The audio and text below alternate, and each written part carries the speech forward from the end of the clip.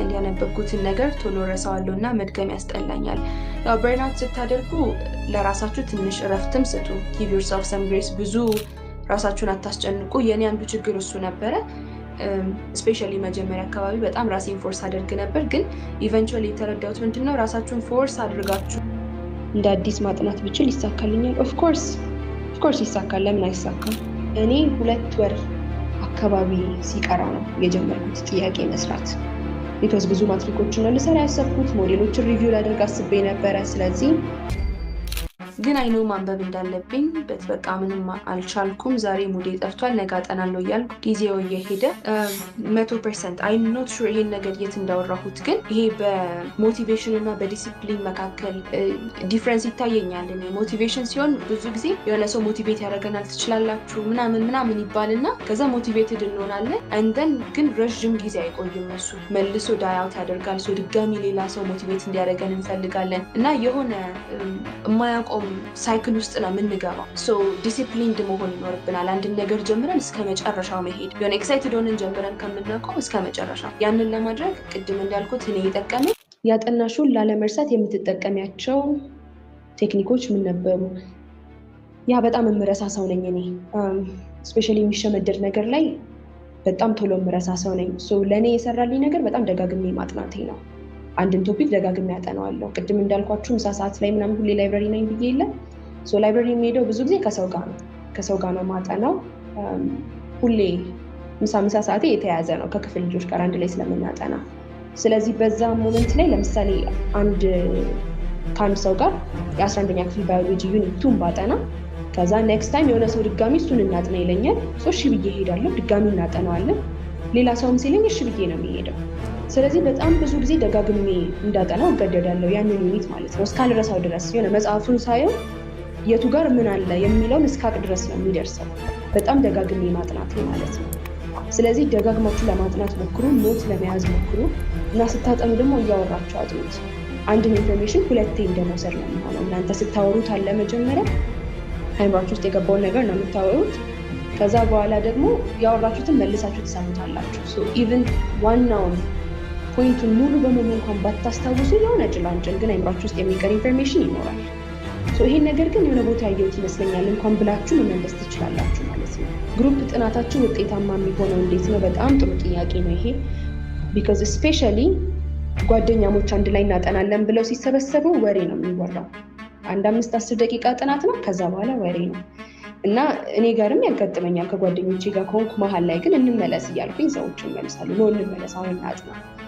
ለማጥናት እስከሄድን ድረስ እና የሆነ እናጠናለን ያለ ፖርሽን እስካለ ድረስ እሱ ነው ፕራዮሪቲ መሆን ያለበት። የመጀመሪያ ስራችን እሱ ነው። እሱን ከጨረስን በኋላ ማውራት ይቻላል። እኔ የምለው እንደዛ ነው። መጀመሪያ ልንጨርስና እናወራለን። ከዛ ቶሎ እናጠናውና ጊዜ ካለን እናወራለን፣ ካልሆነ ያው ወሬው ለሌላ ጊዜ ስቶሪ ይደረጋል ማለት ነው። ግን በግሩፕ ስንሰባሰብ በጣም ኮንሽስ መሆን አለብን እየሰራን ስላለነው ስራ ሳናስበው ወደ ወሬ ልንገባ ስለምንችል ማለት ነው። ስለዚህ በጣም ተጠንቀቁ። ወሬ ከተጀመረ ኖ እንመለስ እናጥና እያላችሁ መመለስ ነው። እንዴት አንብበሽ ነው ያመጣሽው ለሚለው፣ ያው መጽሐፌን ያነበብኩት ሙሉ ለሙሉ አንብቦ ለመጨረስ ትንሽ ይከብዳል። የቻላችሁትን ያክል ለመሄድ ሞክሩ። መጽሐፋችሁ ላይ ያለውን ማለት ነው የቻላችሁትን ያክል ለመጨረስ ሞክሩ። ከዛ በኋላ ግን ጥያቄ ስሩ፣ ማትሪክ ስሩ። የኔ ትልቁ ምክር ይሄ ነው። ያለፉትን የማትሪክ ፔፐሮችን ስሩ። ሪፈረንስ ቡኮችን መጠቀም ጥሩ ነው፣ ግን ከሁሉም በላይ ማትሪክ መስራት፣ ሞዴል መስራት ነው የሚጠቅማችሁ። ብዙ ጊዜ የሚደጋገሙ ጥያቄዎች ከዛ ስለሆነ የሚመጡት፣ አወጣጡንም የምታዩት እንደዛ ስለሆነ ማለት ነው። ያነበብኩትን ነገር ቶሎ ረሳዋለሁ እና መድገም ያስጠላኛል። ያው በርናውት ስታደርጉ ለራሳችሁ ትንሽ እረፍትም ስጡ። ጊቭ ዮርሰልፍ ሰም ግሬስ። ብዙ ራሳችሁን አታስጨንቁ። የኔ አንዱ ችግር እሱ ነበረ። ስፔሻሊ መጀመሪያ አካባቢ በጣም ራሴን ፎርስ አደርግ ነበር፣ ግን ኢቨንቹዋሊ የተረዳሁት ምንድነው ራሳችሁን ፎርስ አድርጋችሁ ለማስገባት የምትሞክሩት ኢንፎርሜሽን አይቆይም አይምሯችሁ ውስጥ አብዛኛውን ጊዜ። ስለዚህ ለራሳችሁ ትንሽ ግሬስ ስጡት፣ እረፍትም ስጡት። ከዛ በኋላ ግን አሳይሳይድ ኢን ግሩፕ መስራት ጀምሩ። አንድ የምትረሱትን ነገር የሆነ ሰው እንዲያስረዳችሁ ምናምን ነገር ጠይቁ። ስፔሻሊ ኮንሰፕቱ በደንብ ካልገባችሁ ነው ነገሮችን የምትረሱት። እንዳትረሱ ያንን ለማድረግ ሞክሩ። ኤንድ ጥያቄም ስሩበት። ጥያቄ ስትሰሩ የትኛውን ፓርት እንደረሳችሁ ስፔሲፊክሊ ያሳያችኋል። ሶ ሄዳችሁ እሱን ፓርት ሪቫይዝ ማድረግ ትችላላችሁ። መድገምን ሲያስጠላችሁ እንደዛ አድርጉ። በቃ ሰው ሞቲቬት እንዲያደርጋችሁ ወይ አብሯችሁ እንዲያሰራችሁ በግሩፕ ዲሲፕሊን ኖራችሁ እንድትቀጥሉ የሚያደርጋችሁ ሰው ምናምን ይኑራችሁ ከጎናችሁ። ያለውን ጊዜ ቆጥራለሁ። ቀኑን ምን ያህል ዩኒት ማጥናት እንዳለብኝ ቆጥራለሁ። እንደማላጠናባቸው ቀናቶች ካሉ ለምሳሌ በሳምንቱ እሑድ የማታጠኑ ከሆነ ወይ ደግሞ በዓል ሲደርሱ የማታጠኑባቸው ቀናት ካሉ እነሱን አወጣና እንደን መጀመሪያ በቀን ስንት ዩኒት ማጥናት እንዳለብኝ ከፋፍዬ አስቀምጣለሁ። ከዛ በኋላ ከነገ ጀምሮ እሱን ኢምፕሊመንት አደርጋለሁ ማለት ነው። መቼ መስራት እንጀምር ለሚለው እኔ 2 ወር አካባቢ ሲቀራ ነው የጀመርኩት ጥያቄ መስራት። ቢኮዝ ብዙ ማትሪኮችን ነው ልሰራ ያሰብኩት፣ ሞዴሎችን ሪቪው ላደርግ አስቤ ነበረ። ስለዚህ ከዛ በታች ጊዜ ብሰጥ ለራሴ አልችልም ነበረ። ለዛ 2 ወር ነው የሰጠሁት። ይቻላል ደግሞ እንደዛ ብታደርጉ እኔም ደስ ይለኛል። እናንተ ግን ይሄ ግን አይነው ማንበብ እንዳለብኝ በቃ ምንም አልቻልኩም። ዛሬ ሙዴ ጠፍቷል፣ ነገ አጠናለሁ እያልኩ ጊዜው እየሄደ 100% አይም ኖት ሹር ይሄን ነገር የት እንዳወራሁት። ግን ይሄ በሞቲቬሽን እና በዲሲፕሊን መካከል ዲፍረንስ ይታየኛል። ሞቲቬሽን ሲሆን ብዙ ጊዜ የሆነ ሰው ሞቲቬት ያደርገናል፣ ትችላላችሁ ምናምን ይባልና ከዛ ሞቲቬትድ እንሆናለን።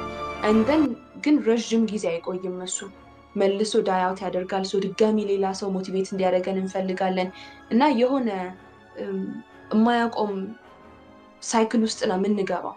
ሶ ዲሲፕሊንድ መሆን ይኖርብናል። አንድን ነገር ጀምረን እስከ መጨረሻው መሄድ፣ የሆነ ኤክሳይትድ ሆነን ጀምረን ከምናቆም እስከ መጨረሻው። ያንን ለማድረግ ቅድም እንዳልኩት እኔ የጠቀመኝ አካውንተብል የሚያደርጉኝ ጓደኞች ነበሩ። ሶ ሁላችንም ተመሳሳይ ነገር አልነበረ የምናጠናው፣ ግን አትሊስት አንዳችን የሌላችንን ጎል እናውቃለን። ኦኬ ዛሬ ምንድን ነው የምታጠኙ ምናምን እንባባላለን።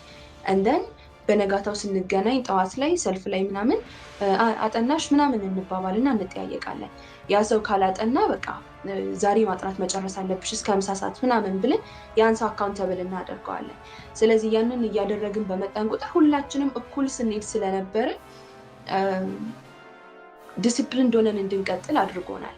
ኢቨን ዶ ላይክ አንዳንዴ ቢደክመንም ኦር የተለያዩ ነገሮች ቢፈጠሩም ግን በግሩፕ ነገሮችን ስንሰራና ብቻችንን ስንሰራ ተመሳሳይ አይደለም።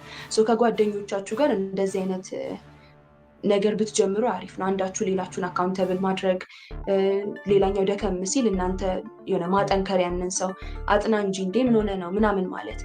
ዩኒታቸው በጣም ከበዛባቸው የሚያጠኑት ደን ፕላን እንዲያደርጉ መርዳት፣ እስከ መቼ እንዴት መጨረስ እንዳለባቸው እናንተ መርዳት የምትችሉት ነገር ካለ እየረዳችሁ ምናምን።